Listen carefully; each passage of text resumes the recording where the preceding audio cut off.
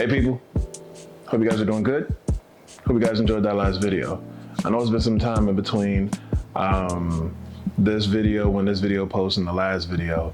I just got hit by a thought and I wanted to express that. So when I decided to create the series, I thought to myself, man, I can finally take people behind the curtain and really show y'all how much attention to detail I put into my fits. And then the videos start rolling out. And I can see how much I've grown.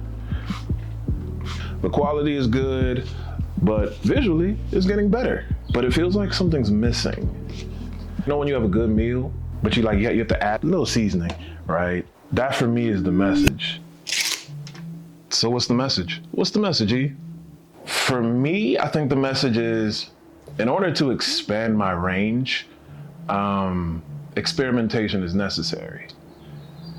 So that means to me, being uncomfortable is also vital. If I had to wear these coveralls for whatever reason, moving forward, if that was the only thing I could wear, in my mind I'm thinking, how could I style this and feel like myself?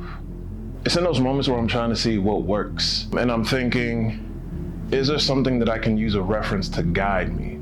It's understanding that it's being comfortable in the unknown.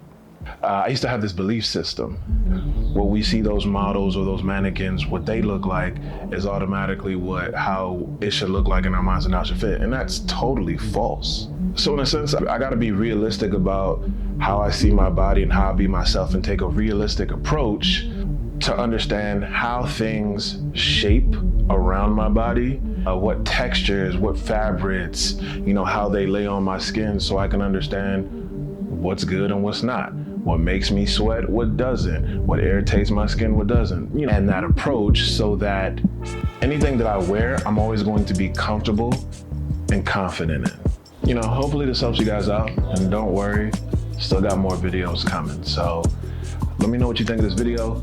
Like, comment, subscribe, all the fun things. I will see you guys next time.